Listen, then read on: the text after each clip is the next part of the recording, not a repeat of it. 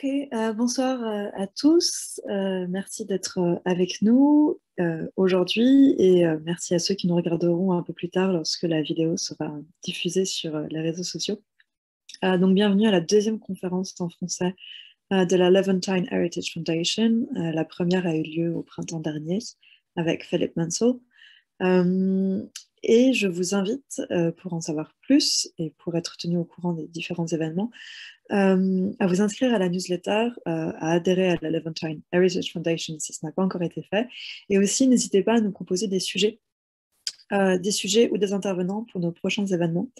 A priori, la prochaine conférence en ligne aura lieu en janvier ou février prochain avec le professeur Roland Dussart-Dessart et aura pour sujet les tramways belges dans l'Empire ottoman. Encore un sujet historique. J'ai le grand plaisir d'accueillir ce soir Dominique Goni, qui va nous parler d'un livre fascinant que j'ai découvert un peu par hasard grâce à Fatiha Bouzidi l'année dernière, au printemps dernier également. Et ce livre, donc Archives d'Orient, les notables alexandrins des héritiers sans héritage, a pour particularité d'être à la fois un livre assez savant, mais en même temps aussi un livre qui est vraiment accessible à tous, au-delà des cercles académiques, des cercles de chercheurs, à la fois dans le fond, car c'est un livre avec énormément d'archives, de photos, d'images, d'objets qui sont restitués dans ces pages, mais aussi donc, dans les commentaires et dans toute l'histoire que Dominique Goni a tissée et a restituée autour de ces archives. C'est aussi un livre qui est très beau, c'est un très bel objet. Et pour moi, c'était un peu la première fois que je voyais ce qu'on pourrait appeler un beau livre ou un coffee table book en anglais sur un sujet comme cela. Et j'espère que ce n'est que le début et qu'on verra de plus en plus aussi des projets à l'intersection entre une approche plus classique, plus scientifique et une restitution qui soit grand public. Dominique Goni, donc, et a été archéologue, documentaliste, archiviste. Elle a soutenu sa thèse en 2014, ce qui me met énormément de pression parce que je commençais à me dire non, c'est pas grave, je ne suis pas obligée de faire une thèse, je suis peut-être trop âgée, trop âgée, pardon. Et je vois qu'à tout âge, évidemment, pour faire sa thèse, ça veut dire que j'ai encore l'épée de Damoclès de la thèse qui me pèse sur la tête. Et donc, Dominique Goni a travaillé à Alexandrie et s'est retrouvé en contact il y a un certain nombre d'années avec plus de 7000 documents qui provenaient d'une famille gréco-syro-libanaise basée à Alexandrie. Je ne vais pas vous en dire plus parce que je ne voudrais pas empiéter sur la présentation de Dominique, mais j'ai vraiment hâte d'en savoir un peu plus sur cette histoire. Dominique, c'est à vous. Donc, à peu près 45 minutes de présentation. Et après, il y aura autant de temps, un peu plus, un peu moins, avec les échanges, autour d'échanges avec les participants.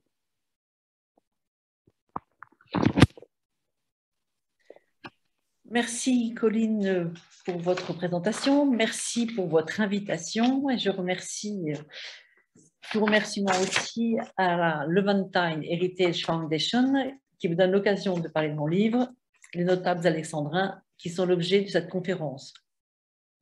Avant de vous présenter ce travail, je voudrais vous raconter les conditions de sa fabrication et sa genèse.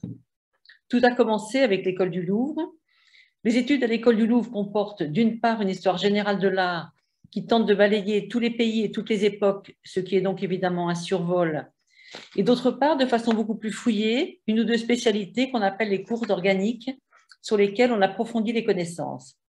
J'ai donc choisi le cours d'archéologie égyptienne et grâce à ce choix, j'ai pu participer à des missions de fouilles dans le delta égyptien, à Tanis, de 1990 à 1995.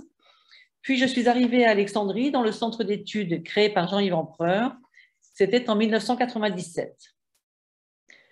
Aujourd'hui, le CEALEX est une grosse machine qui déploie ses activités à Alexandrie dans de nombreux domaines. Mais lors de sa création, en 1990, les bureaux se confinaient dans un appartement où le matériel s'entreposait entre la cuisine et la salle de bain. Alors, les bureaux se trouvent toujours là, 50 rue Soliman Yousri, mais au lieu d'avoir un appartement, c'est maintenant presque tout l'immeuble qui abrite le CEALEX. Comme nous allons le voir, c'est le sujet du livre, il y avait à Alexandrie une bourgeoisie francophone qui avait pour la plupart quitté l'Égypte au moment de la révolution assyrienne, mais quelques irréductibles étaient restés et formaient une mini-société avec laquelle Jean-Yves Empereur avait créé des liens. Il organisait sur la terrasse de l'immeuble où se trouvaient les bureaux des dîners conviviaux et informels où se retrouvaient les chercheurs du CEALEX et les quelques alexandrins des origines. C'est ainsi que se sont créés des échanges avec les descendants des familles qui sont l'objet de cette étude. Parmi ces hôtes abonnés à ces dîners se trouvait Bernard de Zogheb et ses cousines Christine et Josiane Ayoub, qui ont été les donateurs de tout cet ensemble de documents familiaux. L'atmosphère du CEALEX est studieuse et stimulante. On y croise des chercheurs, ce qui donne par contagion l'envie de s'attacher soi-même à de la recherche. Oui, mais quelle recherche? Je ne me suis jamais sentie archéologue. Je n'en ai pas les qualités requises. Et pour se définir comme égyptologue, il faut déchiffrer les hiéroglyphes, ce qui n'est pas mon cas. J'ai fait des études de droit, un peu de lettres, un tout petit peu de philosophie. Je ne voyais pas à l'horizon de sujet de thèse, mais j'étais vraiment confiante, et avec raison, puisqu'il y a eu la rencontre entre mon désir d'avancer dans la poursuite d'études et l'arrivée au CEALEX d'un fonds d'archives exceptionnel. Il y a deux fonds distincts. Ces deux fonds proviennent des familles historiques d'Alexandrie, liées à l'essor de la ville dès les origines, les Zogheb et les Sinano. C'est pourquoi, puisque mes recherches étaient liées au contenu des archives, je me suis penchée sur l'histoire de la haute société alexandrine, dont les Zogheb et les Sinano émanaient. Bernard de Zogheb était peut-être le plus alexandrin des alexandrins. Par ses origines, c'est celle d'avant. C'est pas celle-là. Voilà, merci. Par ses origines, par son nom, par sa personnalité, par son attachement à la ville, c'était la quintessence même de l'esprit alexandrin. C'était une personnalité assez baroque, un mélange de conformisme social et d'une profonde originalité. Il a écrit des pièces de théâtre pour marionnettes. Il est né à Paris en 1924 et mort à Alexandrie le 14 juillet 1999. Quand on sait qu'il a demandé sans l'obtenir la nationalité française, cette date du 14 juillet fait véritablement sens. Il a souhaité qu'à sa mort, ses papiers reviennent à Jean-Yves Empereur. Ces documents sont un trésor pour l'histoire de la société alexandrine. Alors, sur cette photo qui est prise en 1945, il est né en 24, donc il a 21 ans. Le fonds Zogheb est essentiellement composé de 70 albums photos, s'échelonnant de 1900 à 1998. Ces albums sont légendés, les noms de lieux, de situations, de personnes. On y trouve toute cette riche société alexandrine. Il comprend également les diaries. Ce sont des gros carnets tenus scrupuleusement jour après jour de 1954 à 1998 par Bernard de Zogheb. Ils sont très ritualisés, une page par jour, ni plus ni moins. Il n'évoque pas ou rarement d'état d'âme, mais c'est une sorte d'emploi du temps. Il décrit des lieux, ses rencontres. On y côtoie toute la haute bourgeoisie alexandrine. Ce sont les enfants et les petits-enfants de ceux qui sont venus en pionniers faire fortune à la fin du 19e. Ce qui est frappant, c'est que de génération en génération, on retrouve toujours les mêmes noms. Ces carnets nous renseignent sur la vie quotidienne d'un pur alexandrin. Nous le suivons pas à pas dans chaque visite, chaque thé, bridge, soirée, sortie,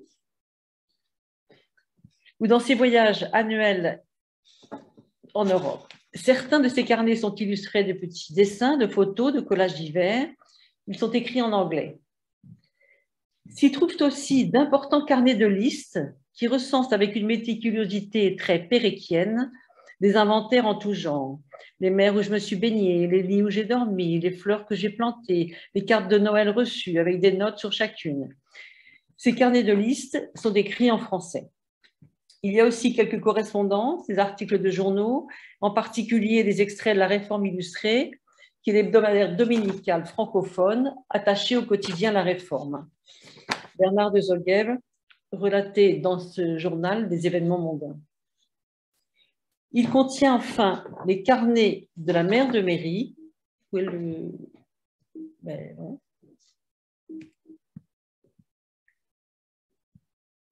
Alors voilà, merci. Il contient enfin les carnets de la mère de Bernard, Mary de Zoguev. Ce sont 60 petits carnets qui s'échelonnent de 1924 à 1984, année précédant sa mort. Leur clarté, la précision des faits bruts relatés sans commentaire sont riches de renseignements. Ils sont remarquables dans leur simplicité et leur organisation. Ils sont consultés par les chercheurs.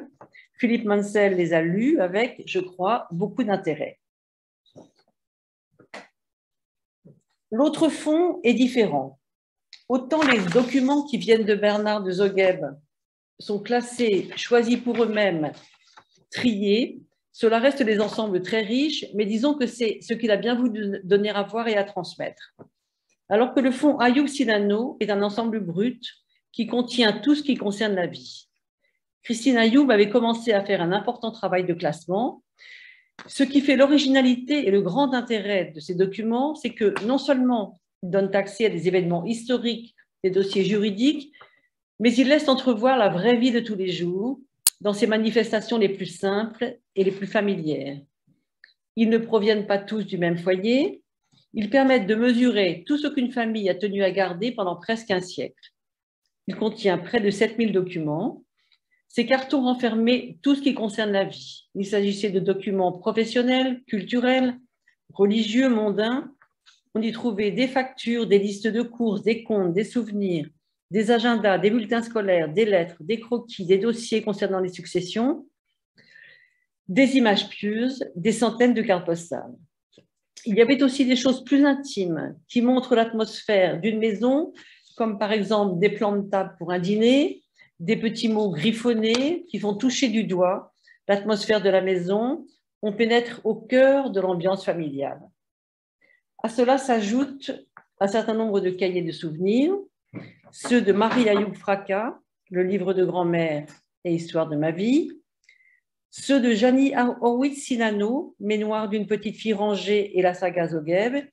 Ils sont écrits avec verve ou mélancolie, mais en tout cas, ils sont très vivants. Dans la saga Zoguev, elle dresse un portrait sans concession de chaque membre de la famille. On trouve aussi les souvenirs précieux mais succincts de Victor Silano qui raconte les tout débuts de l'installation de la famille à Alexandrie. Ce fonds d'archives a vraiment un caractère exceptionnel. Exceptionnel par sa profusion, par sa richesse, par sa diversité, mais aussi par son homogénéité, parce que tout provient d'une même source qui, elle, est homogène. Tout était intéressant. Les potins, les grands procès, les questions primordiales pour l'avenir de l'Égypte, les histoires de Canaries et les recettes de cuisine. Plonger dans une telle masse de documents est une expérience très forte. Comme toute expérience, elle n'est pas vraiment partageable. C'est une immersion. Pendant des mois, j'ai véritablement vécu avec tous les affects que j'ai pu ressentir à l'égard des personnages ou des situations que je côtoyais. Ils faisaient vraiment partie de ma vie. Ma première interrogation a été comment aborder ce fond? Quelles questions? Quelles problématiques devaient en sortir? En fait, je ne voulais rien lâcher. Tout m'intéressait. Alors, à partir du moment où j'avais décidé de tout traiter, comment organiser ces matériaux si divers? D'habitude, quand on s'intéresse à un sujet, on se pose une question et on va chercher des réponses dans les documents qu'on trouve. Ici, c'est le contraire qui s'est passé. J'avais la masse de documents, mais je n'avais pas de questions. Il y a une figure qui s'est détachée, celle de Charles Ayoub. Elle s'est détachée pour deux raisons. D'une part, on peut le suivre durant toute sa vie, de l'enfance à la mort. La personnalité de Charles Ayoub a fait que j'ai eu à son égard à la fois de l'admiration et de l'affection.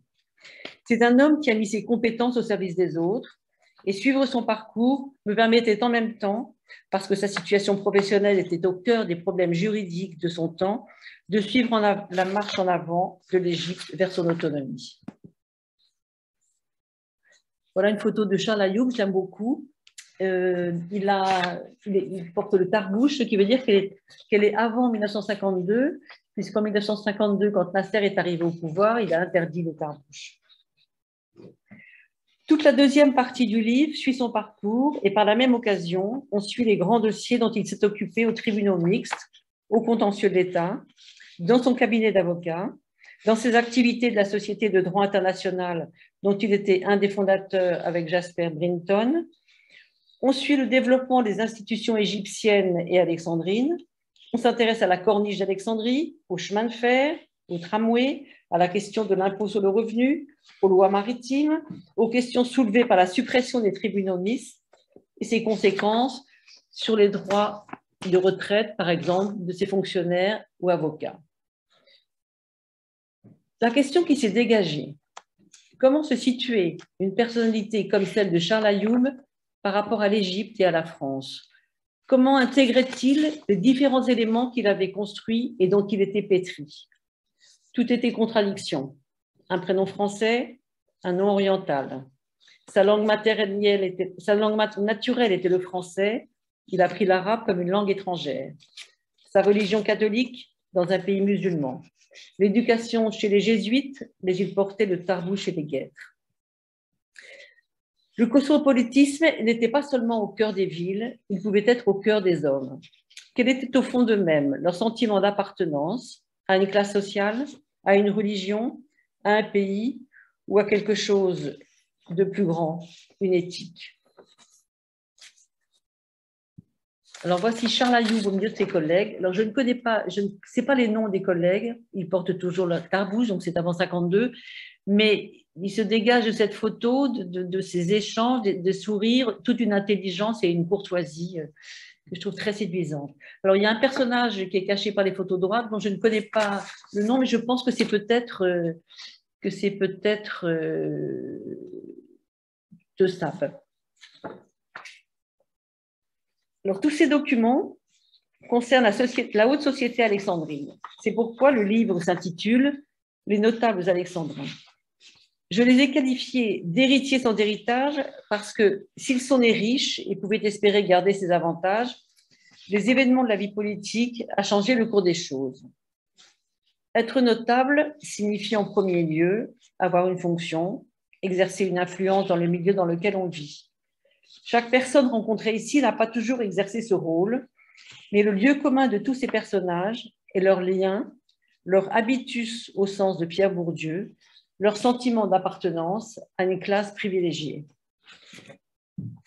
Tous les étrangers francophones d'Alexandrie n'en faisaient pas partie.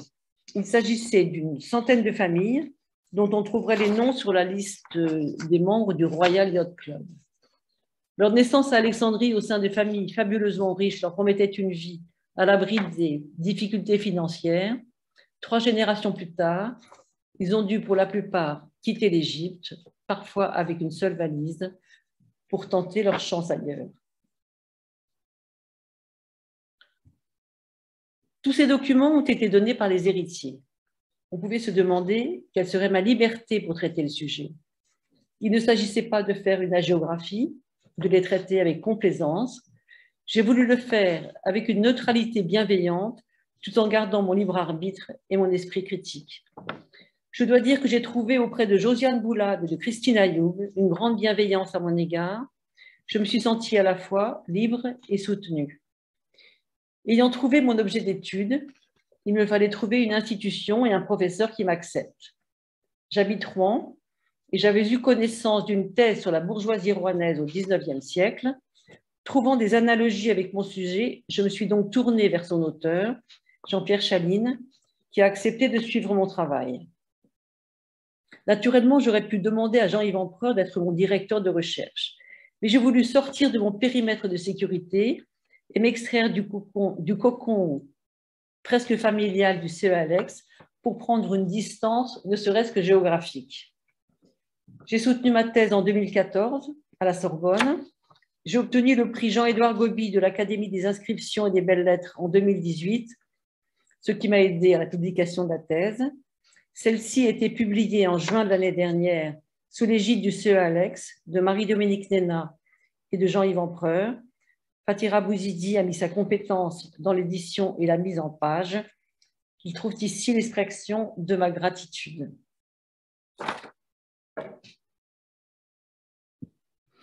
Voici le livre tel qu'il existe. Alors, vous avez la fratrie Ayoub, à droite Charles, qui est à gauche, qui est le plus âgé et qui paraît le plus jeune parce qu'en fait, il est plus petit. À gauche, Georges, et au centre, Joséphine.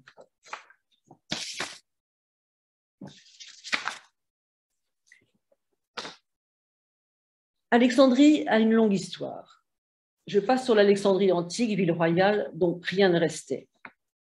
Au moment de l'expédition d'Égypte, 1798-1801, Alexandrie était devenue une petite bourgade misérable. C'est le pacha d'Égypte, Mehemet Ali, qui fut à l'origine de la modernité du pays et de la renaissance de la ville. Il voulait en faire une place centrale, à la fois place forte, arsenal et port de commerce. Pour son projet, il avait besoin de la compétence des Européens. Il a favorisé leur implantation et au cours de son règne, s'établirent des liens humains, économiques et financiers avec l'Europe. De nombreux hommes d'affaires s'y établirent. Mehemet Ali a tout fait pour rendre le pays sûr et attractif. Il a généralisé et amélioré la culture du coton. Plus tard, avec la guerre de sécession, l'Égypte devint la première place mondiale en la matière et le coton devint la source principale des immenses fortunes qui se sont constituées au milieu du 19e. Alexandrie était, c'est bien connu, une ville cosmopolite. Elle était habitée par des Grecs, des Italiens, des Français, des Anglais, qui étaient devenus les occupants, mais aussi par des Russes, des Allemands, des Arméniens, etc. Le Caire restait la capitale administrative, mais le centre commercial vivant s'était déplacé à Alexandrie. Jusqu'en 1930, la ville était administrée par les notables, et ce d'une façon autonome. À ce sujet, je vous renvoie au livre de Robert Hilbert, Alexandrie 1830-1930, Histoire d'une communauté citadine. Au départ, il s'agissait de gérer certains problèmes pratiques comme les réseaux d'égouts, le pavage des principales rues, le ramassage d'ordures, etc. Pour ce faire, fut créée la commission du commerce d'exportation, qui devint la municipalité d'Alexandrie, 20 ans plus tard. Parmi les membres, on trouve les Erdoudaki, Benaki, Zogeb, Lombroso, Antoniadis. Ils étaient grecs, italiens, levantins ou égyptiens. Donc, entre 1869, année de la création de la commission du commerce d'exportation, et 1930, soit pendant 61 ans, la ville a été administrée par ses notables. Comme l'a remarqué Robert Hilbert, c'était une affaire de famille. Après cette date, Alexandrie est rentrée dans le giron de l'État égyptien. Dans la ville, nos familles se sont d'abord installées au 19e du côté de la place Mehemet Ali, place des Consuls, et dans les rues adjacentes. Au tout début du siècle a été créée la Corniche, le long de la mer, et la ville s'est étendue vers l'est, et le quartier résidentiel prisé est devenu ce qu'on appelle le quartier grec, où se concentrent la plupart des riches familles de la ville. On pourrait comparer le quartier grec avec Neuilly-sur-Seine. On y trouve de belles propriétés avec de beaux jardins, un ordonnancement harmonieux, de belles autos, et s'affairent à l'extérieur les domestiques, les nurses, les chauffeurs et les fournisseurs. Quand j'ai pris connaissance de tous les documents, ce qui m'a le plus surprise, c'est qu'ils étaient en français. Il y a tout un faisceau de raisons pour cet état de fait, mais ce qui a été sans doute le plus déterminant, ce sont les implantations d'écoles françaises avec l'arrivée de différents ordres religieux venant de France qui ont fondé à Alexandrie des écoles et des hôpitaux et ont apporté leur langue avec eux. La création de lieux d'enseignement et des hôpitaux faisait partie de la stratégie de Mehemet Ali pour favoriser l'implantation des compétences européennes et françaises à Alexandrie. En 1844, les premières arrivées à Alexandrie étaient les sœurs de Saint-Vincent de Paul, les 7 sœurs. Elles étaient bourguignonnes.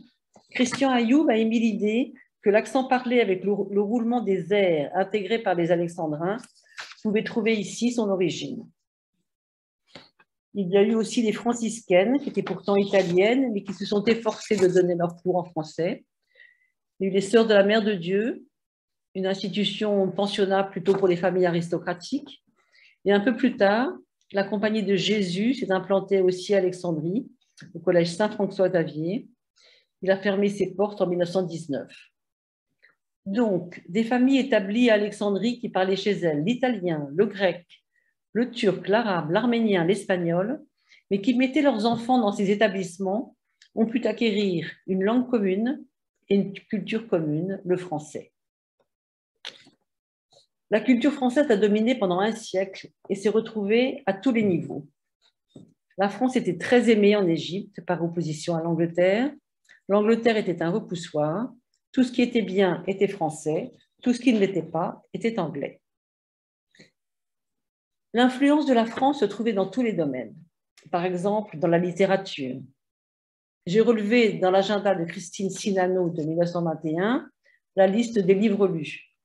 Il y a bien quelques auteurs anglophones ou russes, mais la plupart sont des auteurs français ou francophones. Maeterlinck, Romain Rolland, Maupassant, Anatole France, Martin Dugard, Mauroy, les frères Tarot. Mais les auteurs les plus lus sont Gide et Proust. Les compagnies théâtrales venaient à Alexandrie. Ainsi Cocteau est venu avec sa troupe. Il a donné des représentations à Alexandrie. Il a raconté ce séjour dans un livre, Malèche. C'est un des premiers mots que toute personne qui débarque en Égypte entend. C'est un mot un peu fataliste. Ça veut dire tant pis, c'est pas grave, c'est comme ça.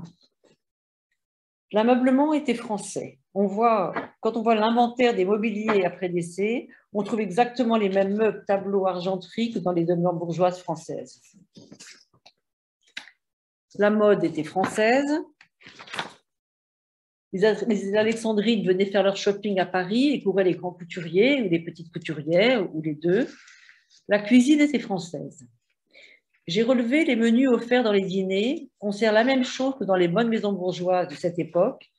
Le potage Saint-Germain, les filets de sole Marguerite, le filet de bœuf du Périgord, la timbale parisienne, le riz à l'impératrice. On boit du champagne, du château Margaux, du Haut-Sauterne et le Pontet Canet est servi en carafe. On trouve aussi des plats canailles. La baronne Rosette de Ménage, l'épouse du président de la communauté juive d'Alexandrie, a écrit son propre livre de recettes, La main à la pâte, qui a été publié en 1944. Alors, il a été illustré par Claire Vintindon, qui est devenue la belle-mère de Laurence Durel, puisque sa fille Claude a épousé Laurence Durel. Alors, dans ce livre, on trouve la recette du cassoulet, la choucroute, le vrai navarin, la soupe du Finistère, l'omelette de la mère Poulard, la soupe à l'oignon des Batignolles et les tripes à la mode de Caen. Le livre de Rosette de Ménage, La main à la pâte, est précédé d'un poème de Max Prime. Max Prime était le nom de plume de Maxime Pupic-Offert, un avocat bien connu d'Alexandrie, qui commence par ces mots. Au bon temps de la truite au bleu, quand la Bourgogne était heureuse, l'hôtel de la Poste à Saulieu nous offrait table généreuse. Voici que ce beau souvenir de la France qui nous est cher, Rosette le fait refleurir en nous parlant de bonne chère. Le poème est un inventaire des produits et des hauts lieux de la gastronomie française, mais comme nous sommes en 1944 et que c'est la pénurie, il se termine par ces mots. Ici, on n'a plus de caviar et la truffe n'est plus qu'un mythe. Il n'est plus de sucre au bazar et plus d'huile pour une frite. Qu'importe, on nous remplacera par du Gianaclis de Madère et sur le papier, on lira comment se fait la bonne chère. Gianaclis était la maison qui fournissait et qui fournit toujours du vin made in Égypte. Ils font donc, contre mauvaise fortune, bon cœur et se contenteront d'une gastronomie imaginaire. On ne peut parler d'Alexandrie sans évoquer l'humour corrosif des Alexandrins. Ferdinand de Lesseps, surnommé Alexandrie, Potinopolis. C'était effectivement une ville et une société particulièrement cancanière, mais elle le faisait avec une férocité très drôle et les bons mots se colportaient comme un florilège. C'était une véritable tradition et une fierté. Il y avait sur l'artère principale de la ville, au début de la rue Fouad, le très sélect Cercle Mohamed Ali, avec sa terrasse, où les membres du club regardaient les passants passer. Ceux-ci accéléraient le pas quand ils arrivaient devant la terrasse du club car tout le monde savait que les suivaient du regard et de leur plaisanterie les observateurs du cercle. Ils essayaient de deviner où les pas de telle ou telle jeune femme se dirigeaient, supputant des destinations amoureuses.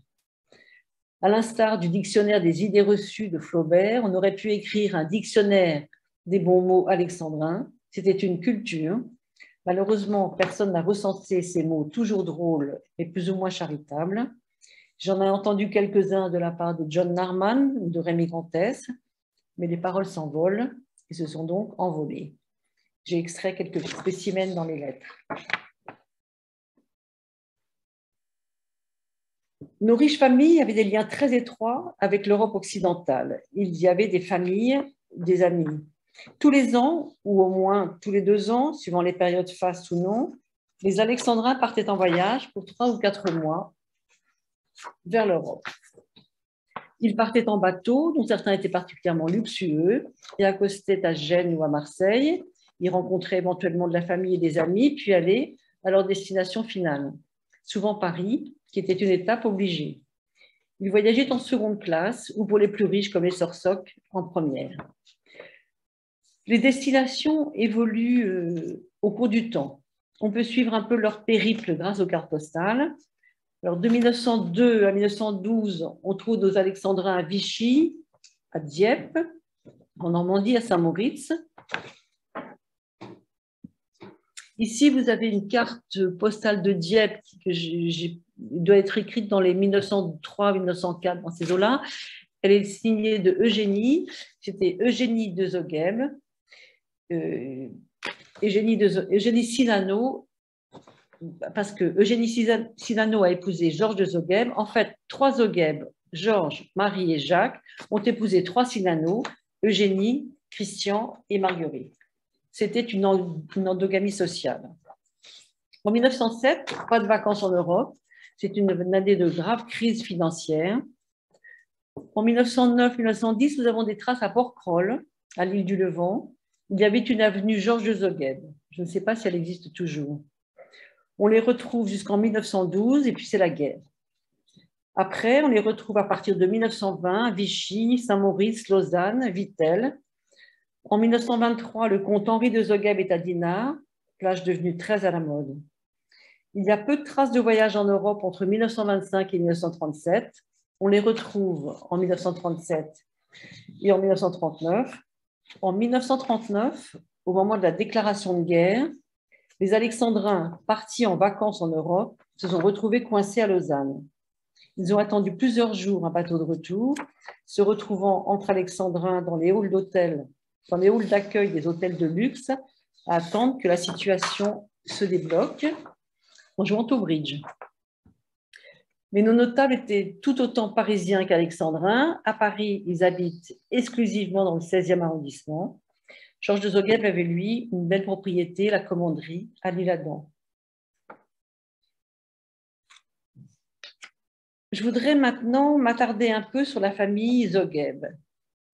À Alexandrie, on trouve encore le palais Zogheb, proche de la ruine et qui reste debout, soutenu par des étais, et la rue Zogheb. S'il fallait ne retenir que 5 noms de la notabilité alexandrine, celui de Zogheb serait de cela. Leur notoriété commence avec la fratrie de Joseph et Michel. Il y avait 4 frères, Joseph, Michel, Néguib et Sélim. Nous sommes dans la deuxième partie du 19e siècle. Néguib et Sélim restèrent célibataires, vécurent ensemble, ne se sont jamais quittés et sont restés réunis jusque dans la tombe.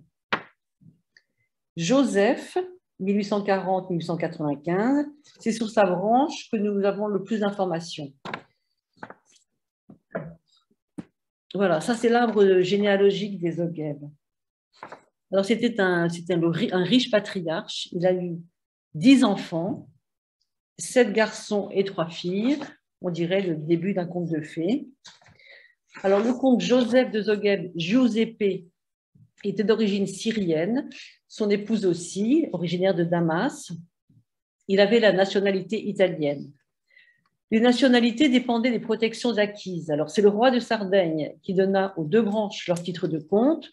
Et j'ai lu aussi que c'était le pape qui les avait anoblis, donc pas de certitude de ce côté. En tout cas, ils étaient italiens. On ne connaît pas exactement l'origine de sa fortune, mais elle était considérable. Sa petite fille, Janine Sinano, a essayé de savoir, mais elle n'a pas obtenu de réponse sûre.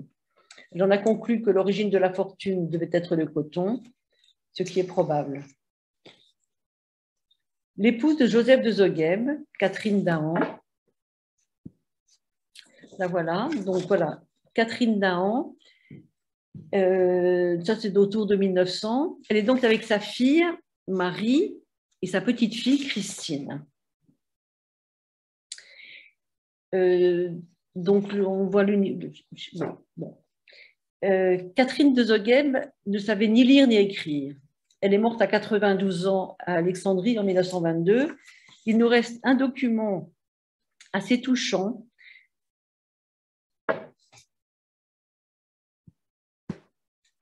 d'une carte postale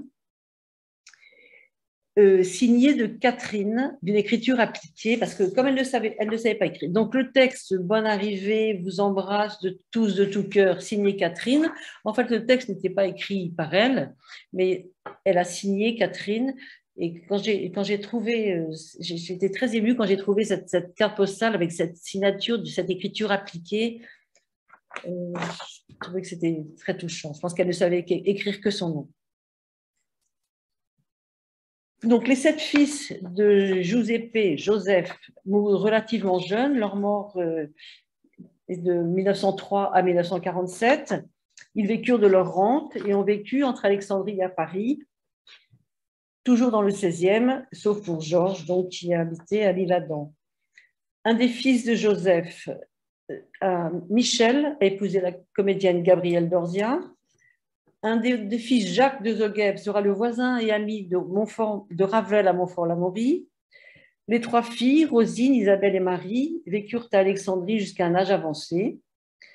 Marie a épousé Christian Sinano, d'origine grecque. Les Sinano et leurs 2 filles, Christine et Janie, sont au cœur de cette histoire. Christine a épousé Charles Aloum, le héros du livre. Les enfants et les petits-enfants vécurent de leur rente. Les 3 fils d'Alexandre de Zogheb et de Hilda Costa. Là, vous avez Paul de Zogheb. Paul, il est né à peu près en 1900. Après une jeunesse un peu en marge, il a eu de mauvaises fréquentations, il a une vie plus ou moins exilée. Il est mort à 40 ans de la tuberculose à Bruxelles. Il a une vie assez triste. Henri a écrit plusieurs livres. Il a une existence très lancée et très mondaine. Il était peut-être impliqué dans des affaires un peu louches. Il s'est suicidé il y a une 40aine d'années. Et Paul, non pas Paul, Max. Max a eu une vie sans histoire. Il a épousé Marie Sorsoc, une très très grande famille à la fois d'Alexandrie et de Beyrouth. Leur palais de Beyrouth, transformé en musée, a été très endommagé l'année dernière par l'explosion du port de Beyrouth. Max et Marie ont vécu toute leur vie à Alexandrie. Je ne pense pas qu'il y ait de descendants Zogheb. Quant à la branche de Michel de Zogheb, il a eu 4 enfants. Aucun des enfants n'a eu d'héritier mâle, donc le nom de Zogheb n'est pas perpétué. Les filles ont fait des grands mariages mondains. Une fille, Sacha, est devenue la marquise de Reverso. Une autre, Claire, baronne de Saint-Vincent. La 3e a épousé Paul von Oppenheim, un grand banquier. Ils sont tous devenus européens. Alors, sur le plan politique, c'est une période de grand remous après la Première Guerre mondiale. Bon, pour nos notables, la vie a repris son cours à peu près sans grand changement. En 1914, l'Égypte s'était détachée de l'Empire ottoman, qui s'était rangé du côté des Allemands. Elle était sous protectorat britannique. Elle s'est battue du côté des Alliés. Et à la fin de la guerre, dès la signature de l'armistice, dès le 13 novembre 1918, elle veut obtenir son indépendance et aller plaider sa cause auprès de la Conférence de la paix à Paris. L'homme qui incarne cette volonté est Saad Zarloul. Son mouvement s'appelle le Waft, qui veut dire délégation. C'est la délégation qui désire se rendre à Paris, défendre son point de vue. le WAFT demande l'abolition du protectorat anglais déclaré unilatéralement en 1914. Malgré la conduite exemplaire de l'Égypte pendant la guerre, l'Angleterre lui refuse le déplacement. Ce refus sera à l'origine de nombreuses révoltes et troubles à travers le pays. Là, on voit donc Zarloul aller au commissariat de l'Égypte des Anglais, demander, donc c'est ce fameux jour du 13 novembre 1918, et ça lui a été refusé. Ça, c'est une image que j'ai trouvée au Souk El Goma, qui est les puces du vendredi à Alexandrie. J'avoue que j'étais très heureuse de dénicher cette image qui est la couverture d'un magazine. Il faudra attendre 1922 et de nombreuses révoltes à travers le pays pour que l'Égypte accède à l'autonomie. Fouad devint roi d'Égypte, mais cette autonomie était toute relative puisque les derniers Anglais occupants ne quitteront l'Égypte qu'en juin 1956. Mais le coup de grâce et le coup d'envoi du début de la fin de notre société de notables a été l'attaque franco-anglo-israélienne contre l'Égypte après l'annonce par Nasser de la nationalisation du canal de Suez en 1956. Cette annonce s'est passée lors d'un grand discours sur la place Mehemet Ali, devenue place de la Libération. L'attaque contre l'Égypte a provoqué un tollé dans l'opinion internationale. Les Français, les Anglais et les Juifs ont été chassés d'Égypte, presque séance sonnante.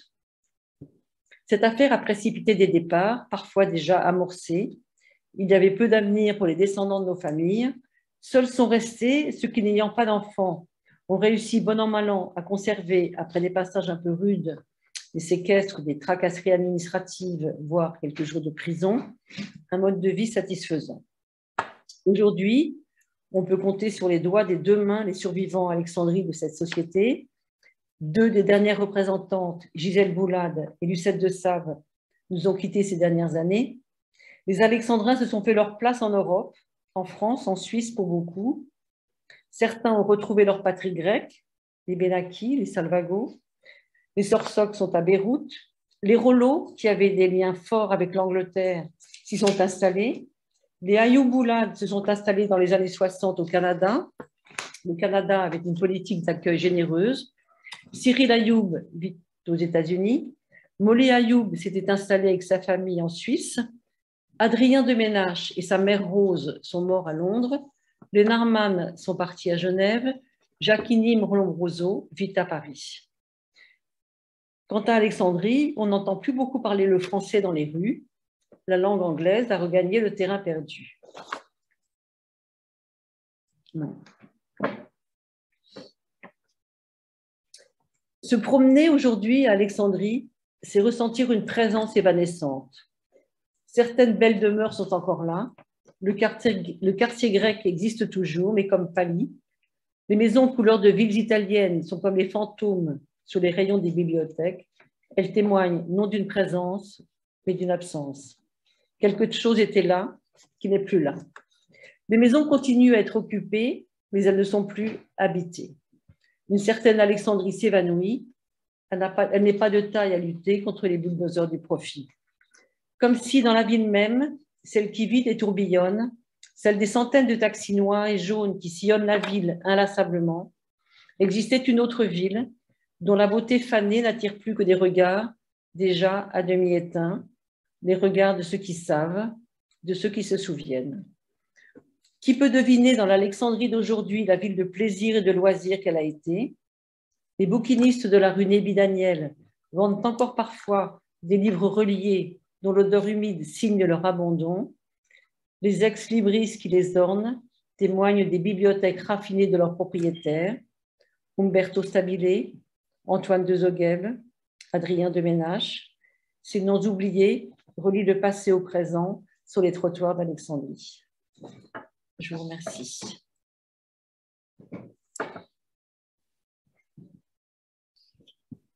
Un très grand merci, Dominique, pour cette plongée fascinante dans cette époque révolue que vous nous avez momentanément fait revivre. Et merci particulièrement pour la beauté esthétique de la conclusion. Est-ce que quelqu'un a d'ores et déjà des questions parmi les participants? Est-ce qu'il y a des gens peut-être qui font partie justement de ces familles alexandrines ou égyptiennes? Est-ce que ça vous a évoqué des souvenirs, des choses que vous avez pu vous-même vivre peut-être?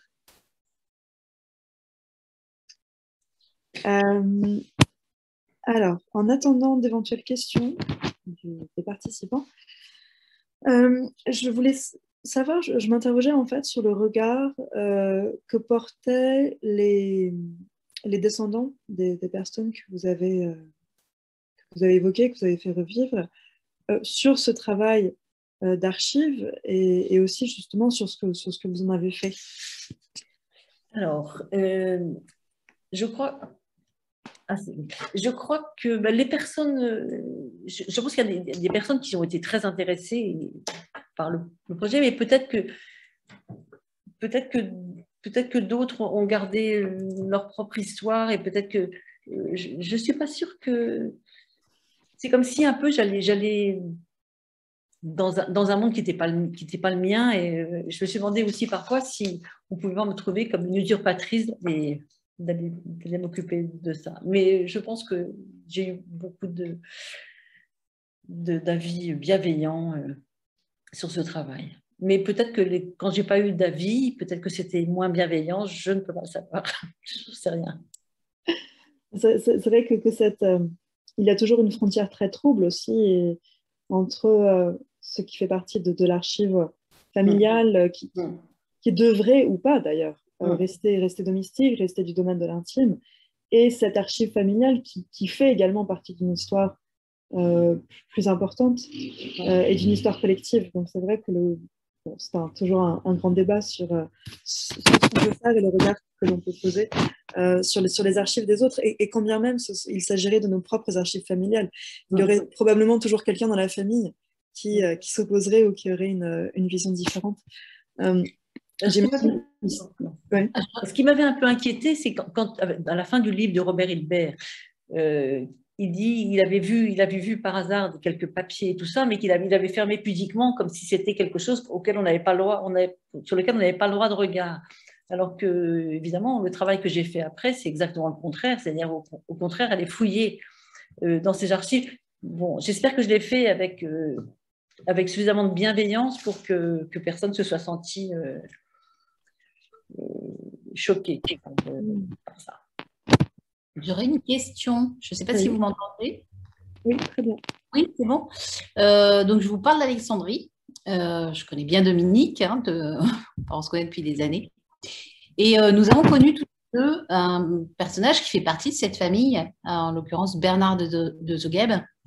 Et j'aurais voulu savoir, Dominique, comment tu le places dans cette famille. En fait, il arrive, j'imagine, à la fin, mais est-ce que c'est le cas? Et voilà, quelle est sa place au sein de cette famille? Alors, je pense, d'abord, il s'appelle Zogheb. Et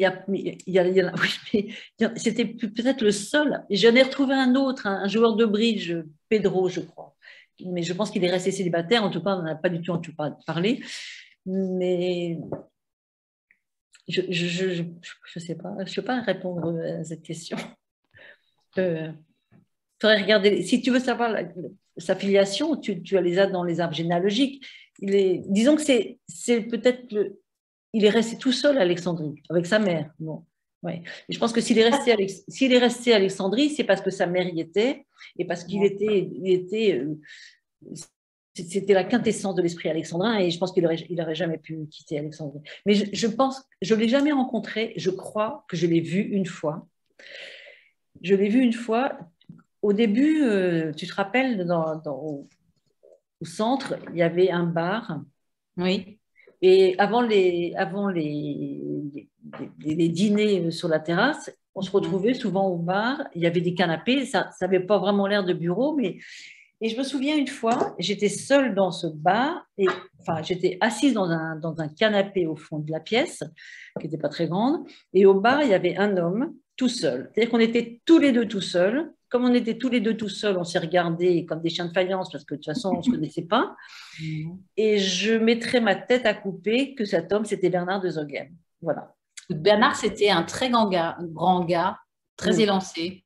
Oui, mais si tu veux, je pense, enfin, je suis presque sûre que c'est ça. Je pourrais pas mettre la tête sur le bio, mais si tu veux, après, connaissant son histoire, enfin, après, sachant le lien qu'il allait y avoir entre lui et moi, puisqu'avec toutes ces archives, tu vois, je suis rentrée dans sa vie complètement.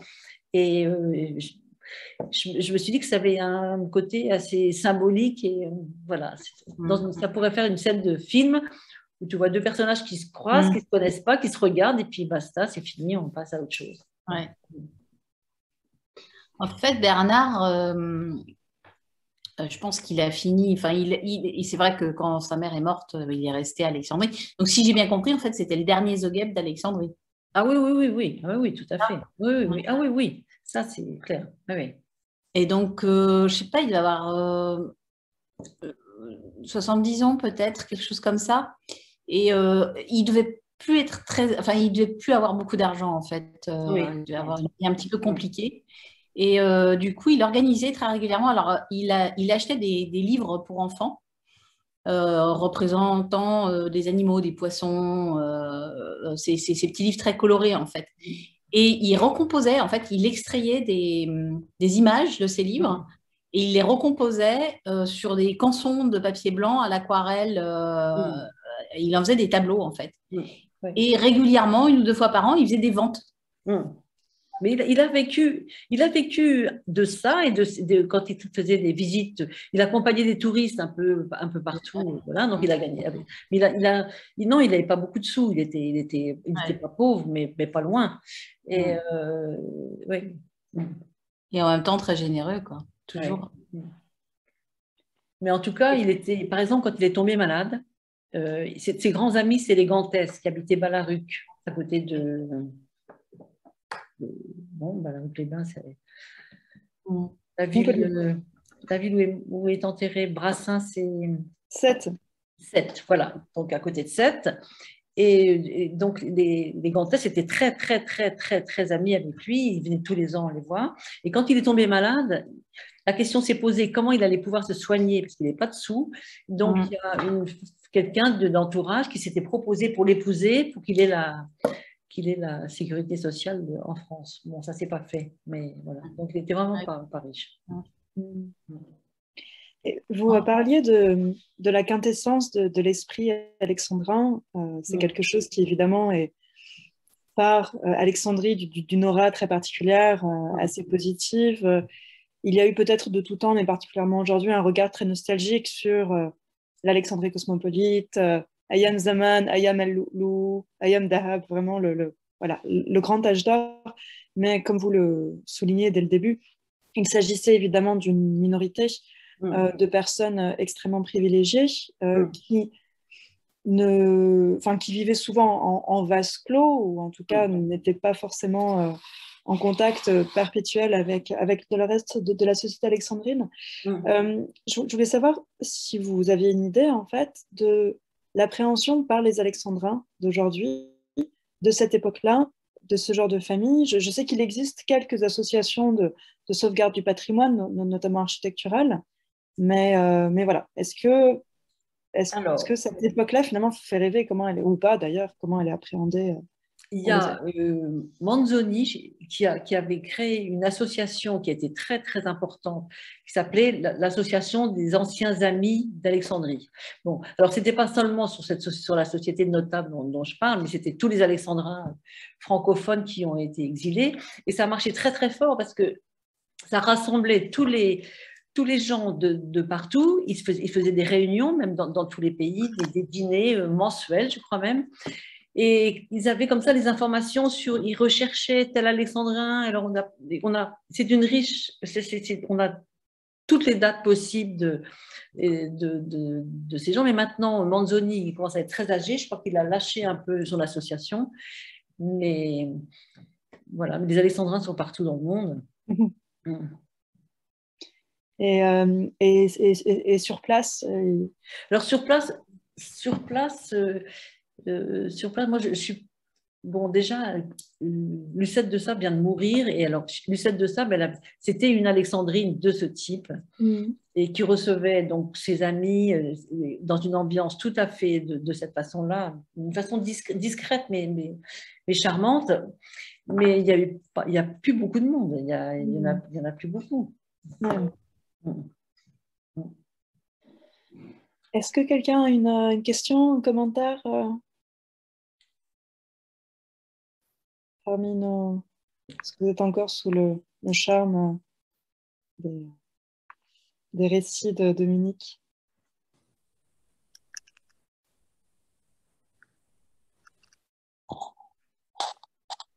Ah, oui, Rafik? Oui, bonjour tout le monde. C'est la première fois que j'assiste à cette conférence. Je suis ravi. Ça m'a vraiment impressionné. Je pense que je vais acheter votre livre. Il paraît très intéressant. Moi, je suis alexandrin et j'ai surtout entendu beaucoup d'histoires de la part de mon père et de certains membres de la famille qui connaissaient cet âge d'or d'Alexandrie. Malheureusement, il reste quelques vestiges, mais pour combien de temps encore? Et tout ce qu'on peut retrouver, c'est dans les livres. Alors, c'est pour ça que je pense que c'est très précieux parce que ça garde la mémoire de la ville. On en parle très peu, Alexandrie. À l'école, on n'a jamais appris rien de cette histoire, notamment de toute l'époque des rois hein, d'Égypte, du temps des descendants de Mohammed Ali. On en parlait très peu parce que nous, on était la génération qui a suivi la révolution nassérienne. Donc, l'histoire a été réécrite depuis.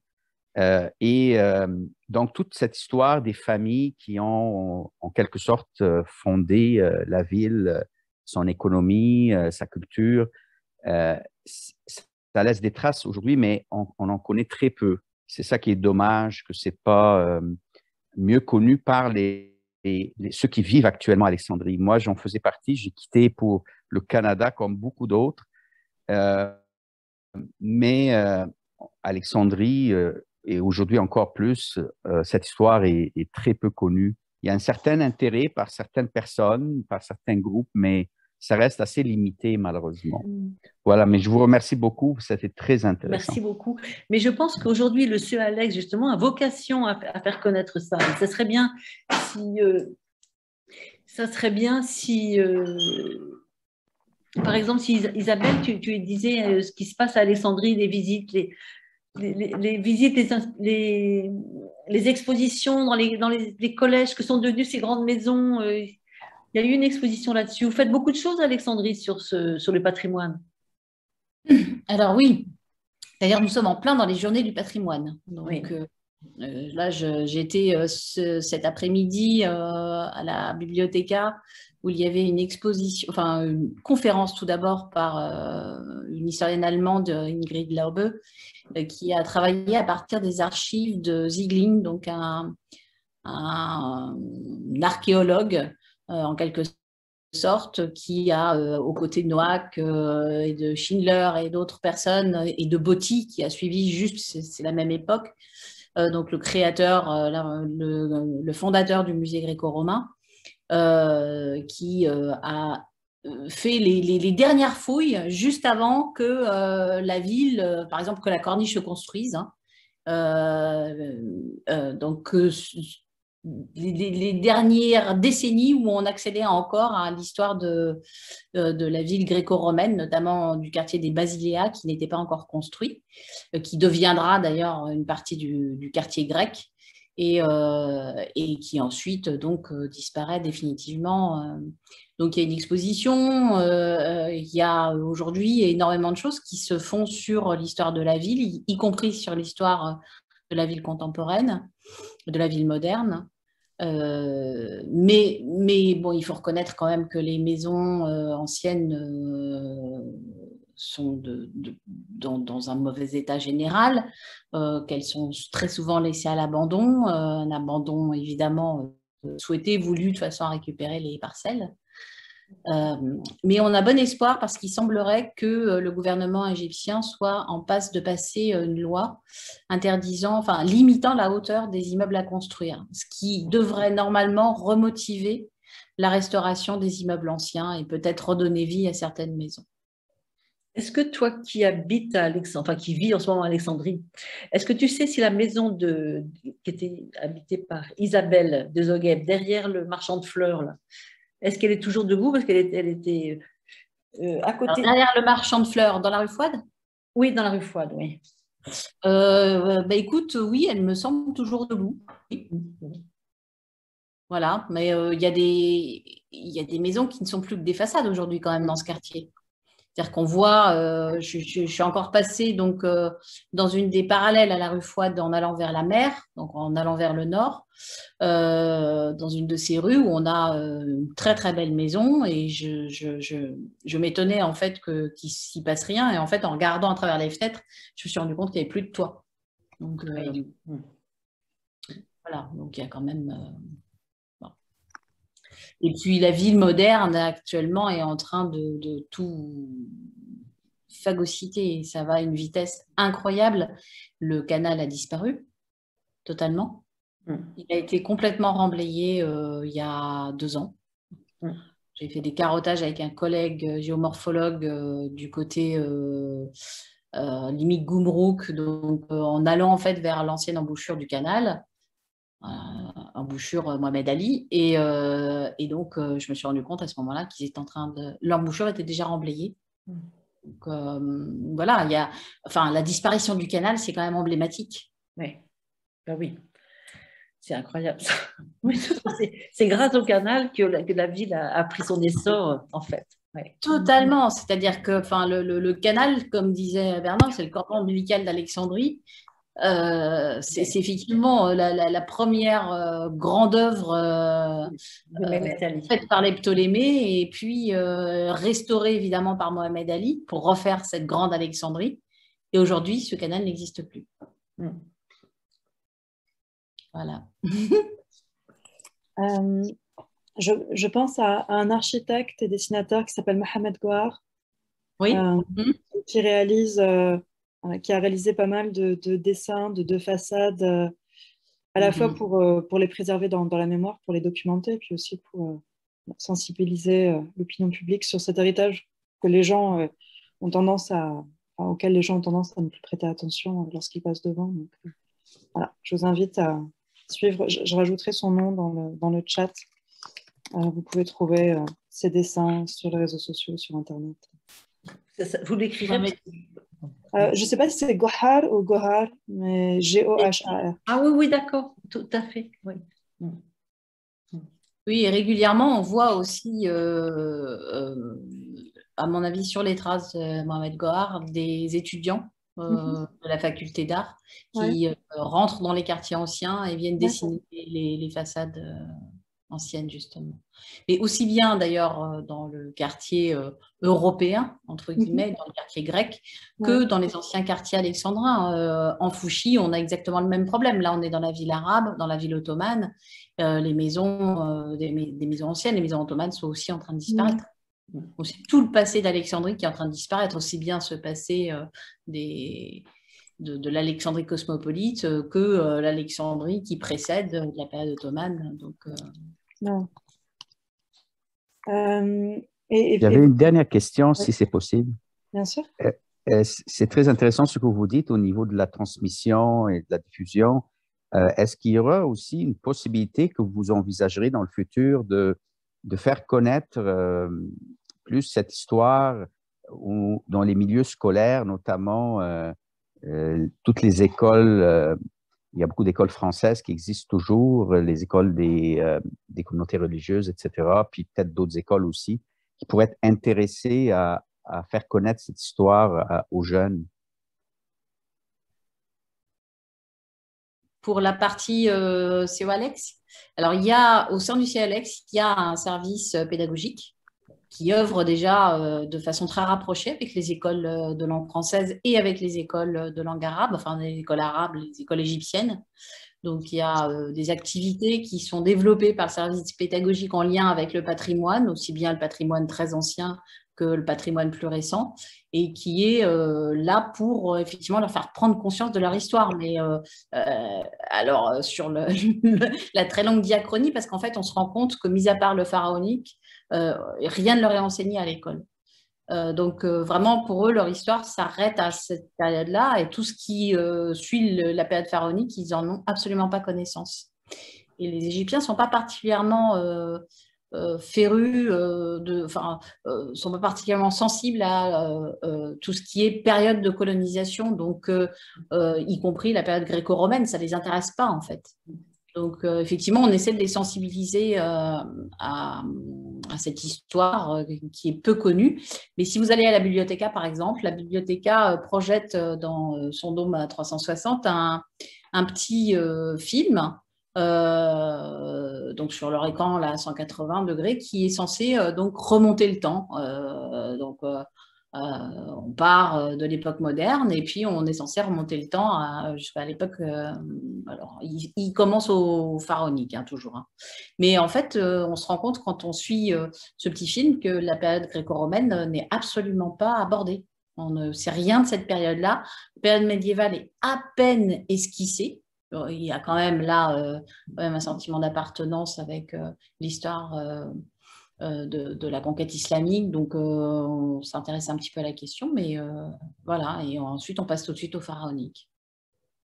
Donc voilà, il y a un gros travail à faire à ce niveau-là. Alors je ne suis pas sûre que cette histoire des vieux alexandrins, de cette Alexandrie cosmopolite, puisse intéresser les Égyptiens. Plus tard. Ouais, plus tard. Plus tard. Oui, c'est vrai que ces dernières décennies avaient cela de particulier que les personnes qui avaient vécu, qui avaient fait partie, les derniers témoins et acteurs de cette époque étaient encore vivants. Bon, là, les personnes commencent à évidemment partir de toute façon, ces petits groupes qui étaient là, on voyait de temps en temps, mais ils sont assez effacés. Je veux dire, ils avaient constitué une petite société, mais petite, et ne faisaient pas de vagues du tout. Ouais. Je pense à des associations vraiment des associations locales de promotion du patrimoine architectural, notamment au Maroc, à Casablanca avec l'association Casa Mémoire, qui fait vraiment des choses très intéressantes, et de voir peut-être quels sont les outils, quels sont les axes en fait d'action et de travail qui ont été choisis au fil des années. Alex fait beaucoup pour encourager ça. Oui, et au sein de la Bibliothéca, il y a une association qui a été montée par Mohamed Awad, que tu connais bien, Nick, et qui s'appelle CultNat, Alexandria Preservation Trust. C'est l'origine de cette association donc, qui s'est fixée définitivement au sein de la Bibliothéca. Et cette association est censée effectivement s'occuper de la préservation du patrimoine, aussi bien dans la mémoire que de façon réelle, sur site. Mais en fait, on se rend compte que leur champ d'action est extrêmement limité. Limité aussi bien dans la communication, au travers d'outils qui ne quittent pas l'enceinte de la Bibliothéca, que sur le terrain, en fait, dans leurs contacts, les contacts qu'ils pourraient créer avec la population locale pour leur expliquer l'importance de leur patrimoine architectural, entre autres. Mais ça ne fonctionne pas extrêmement bien. Et je crois que peut-être, le souci de l'Égypte aussi, c'est les entités administratives, les démarches à effectuer pour intervenir sur le terrain. Rien que ça, c'est monumental. C'est égyptien, c'est pharaonique. Donc, il y a quand même des difficultés assez grandes à pouvoir intervenir réellement sur ce genre de problème. Quand on voit qu'aujourd'hui, on a des sites archéologiques qui sont enregistrés au sein du ministère des Antiquités et qui pourtant ne sont pas préservés. C'est une situation qui est aujourd'hui d'autant plus importante que il y a eu les événements que vous connaissez entre 2011 et 2013 et que sur ces 2 années où il y a eu un lâcher-prise en fait des autorités sur les problèmes essentiels qui étaient concentrés sur les problèmes essentiels, on a des sites qui ont été pillés, disparus, etc. Il y a des préoccupations quand même dans le pays aujourd'hui qui sont celles de la... C'est bien qu'il soit là pour tout ça. Expliquer tout ça. Je te remercie. Est-ce que quelqu'un a une autre question, un commentaire parmi les autres participants quel a été votre intérêt à joindre et à attend, à assister à cette conférence? Ce sont des intérêts personnels ou professionnels? Pour qui? Pour les gens? Oui, pour les gens, pour les timides, là. Vous n'êtes pas obligé de répondre, hein. Vous pouvez garder votre anonymat. Bon, moi, je suis fan de Dominique et j'apprécie son travail extraordinaire.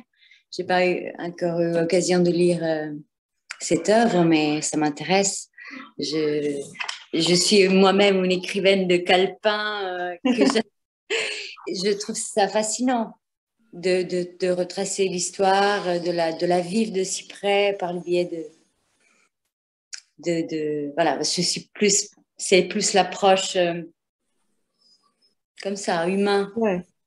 qui m'a vraiment touchée, mais je n'ai pas encore lu, mais j'ai déjà entendu beaucoup de ce travail et je le trouve fascinant. Voilà. Merci. Et Dominique, j'avais une question. Avez-vous pensé ou avez-vous eu l'occasion de transformer le livre en exposition?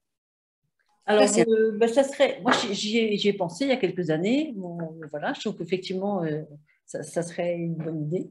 Bon, je pense que c'est une idée partagée par Fatira qui se démène beaucoup. Je lui suis extrêmement reconnaissante de tout ce qu'elle fait pour les notables d'Alexandra. Heureusement, elle est très, très, très, très active et je la remercie beaucoup. Oui, ça serait une bonne idée. Oui, oui.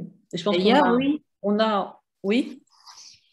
Oui, Dominique, c'est justement, il y a un aspect que tu n'as pas du tout abordé. Et moi, je me souviens de toi avec tes boîtes au CEA et l'émotion que tu ressentais à ouvrir tous les petits carnets et à décortiquer le journalier de ces personnes au travers de… Ils avaient inscrit, moi j'avais été sidérée par le fait qu'ils inscrivaient heure par heure ce qu'ils avaient effectué dans la journée.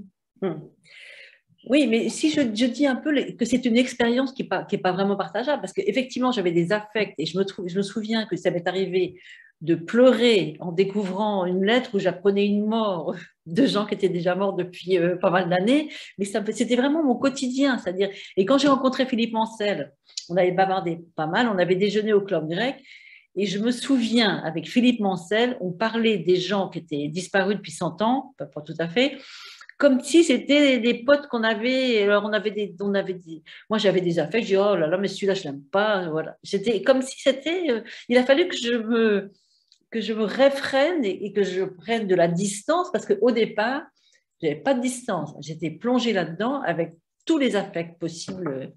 Et aussi, ce qui est important, on n'a pas le temps de parler de tout dans une conférence comme celle-là, mais les écritures. Par exemple, il y a des écritures, quand je voyais un texte arriver, une lettre, quand c'était par exemple Christian Ayoub, j'étais contente parce que je savais d'abord que c'était une écriture agréable, que j'allais m'amuser, que j'allais apprendre des choses, que ça allait être vivant. Et d'autres, alors là, les écritures, par exemple des cartes postales du début du siècle, ils écrivaient dans un sens, et après ils retournaient la carte postale et dans l'autre sens. C'est-à-dire que ça donnait, comme l'écriture était assez anguleuse, ça donnait des cartes postales de barbelés. C'est-à-dire que ça donnait cette impression-là et ça me mettait en rage. J'étais pas contente après eux. Donc, c'était vraiment exagéré, mes réactions. Bon, après, j'ai fait un travail, mais c'était énorme. C'était vraiment c'était une tranche de vie. Pour moi, c'était incroyable. Incroyable. Et heureusement que j'avais ça parce que, de toute façon, quand on commence un travail comme celui-là, on se demande, est-ce qu'on va le finir? C'est la question parce que… Et de l'avoir fini, voilà, de l'avoir été au bout, de ne pas être morte avant, c'est super important. Non, c'est vrai. Oui, des préoccupations qui nous concernent tous pour ce genre de travail au long cours. Et donc, ces archives, physiquement, aujourd'hui, sont à Alexandrie? Alors, elles sont à Alexandrie, elles sont classées, répertoriées. Et alors, ce qui est quand même aussi un travail que j'ai fait, je veux dire, j'en suis assez fière, c'est d'avoir enregistré, c'est-à-dire que si vous cherchez une date, un nom, vous savez où trouver le papier, le document en 5 minutes. Il y en a quand même pas loin de 7000. D'accord. Il y a un répertoire très précis de tous les noms, oui, de tous les documents. un énorme travail de classement et de répertoire, du coup. Oui, mais de notre côté, en même temps, en classant, en répertoriant, on rentre dans le truc. Parce que quand j'ai commencé à travailler sur les documents, je ne connaissais rien. Les Zogeb, je ne savais pas ce que c'était. Je ne connaissais absolument rien du tout, du tout, du tout. Donc, c'était une découverte petit à petit. D'accord. Est-ce que quelqu'un a peut-être des remarques conclusives, Dominique? Juste une dernière chose par rapport à ce qu'on vient de dire. Je pense effectivement que le format de l'exposition se prêterait vraiment parfaitement pour le type de travail. C'est-à-dire que je pense qu'un livre, il est magnifique comme celui qui paraît, rend foi, mais tout ce côté même matériel, ce que tu me relates de l'écriture, de ce qui dégage, je pense effectivement que visuellement, une exposition est peut-être, ça serait vraiment, ça serait magnifique à envisager, je trouve. Pardon, petite... Bon, Oui, peut-être en partenariat avec une institution d'archives, des archives départementales ou des choses. Bon, eh bien, affaire à suivre. Merci. Un grand merci, Dominique. Est-ce que c'est votre dernier moment là? Si vous avez quelque chose à dire, vous n'osiez pas, vous le gardez. Moi, je vous remercie beaucoup. Je vous remercie beaucoup, Colline, de m'avoir invité à cette vision. Merci à vous. C'était vraiment fascinant. Et j'ai hâte évidemment que le livre continue de faire son voyage et également qu'il puisse métamorphoser éventuellement sur d'autres formats. Un grand merci à tout le monde de votre participation, d'avoir assisté à la conférence. Et n'hésitez pas à vous inscrire donc, à la newsletter de la Levantine Heritage Foundation pour être tenu au courant des événements en anglais, en français, et éventuellement en d'autres langues à venir à la fin de l'année et l'année prochaine. Voilà, à Paris, en ligne, à Londres, à Thessalonique, à Smyrne, à Alexandrie peut-être, à Florence. Bonne soirée. Merci beaucoup. À tout le monde. Merci. Au revoir. Merci beaucoup à tous. Au revoir. Merci.